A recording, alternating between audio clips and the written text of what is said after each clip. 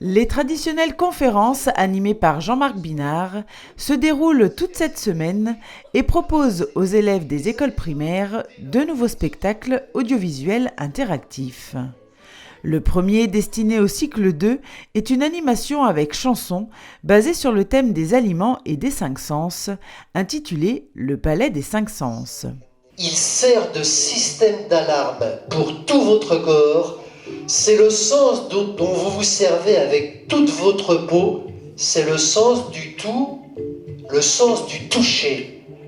C'est votre peau qui vous dit si dehors il fait chaud, il fait froid.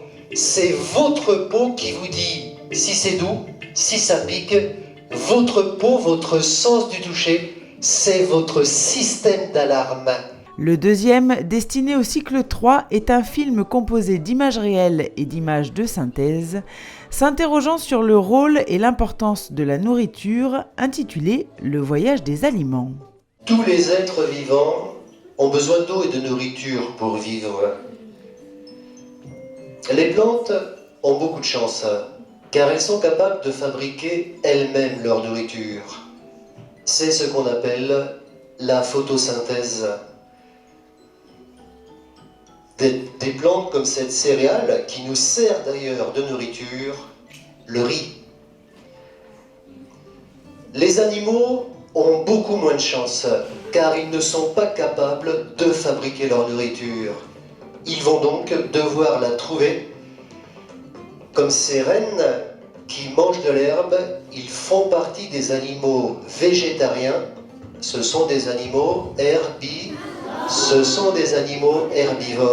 Grâce à ces deux supports pédagogiques, les enfants vont pouvoir enrichir leurs connaissances sur les aptitudes sensorielles, mais également sur les différentes parties de leur corps liées aux sens, et avoir une approche de la nutrition et de l'éducation au goût, tout en apprenant le vocabulaire associé à l'alimentation et aux cinq sens.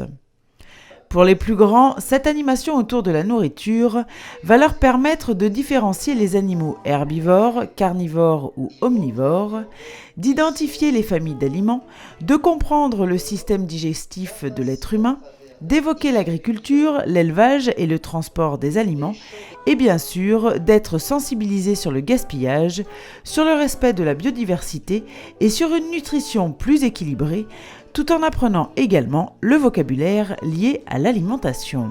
Et leur apprentissage ne s'arrête pas là, car à la suite de ces conférences, les enfants vont poursuivre ce travail grâce à un dossier pédagogique qu'ils devront remplir en classe.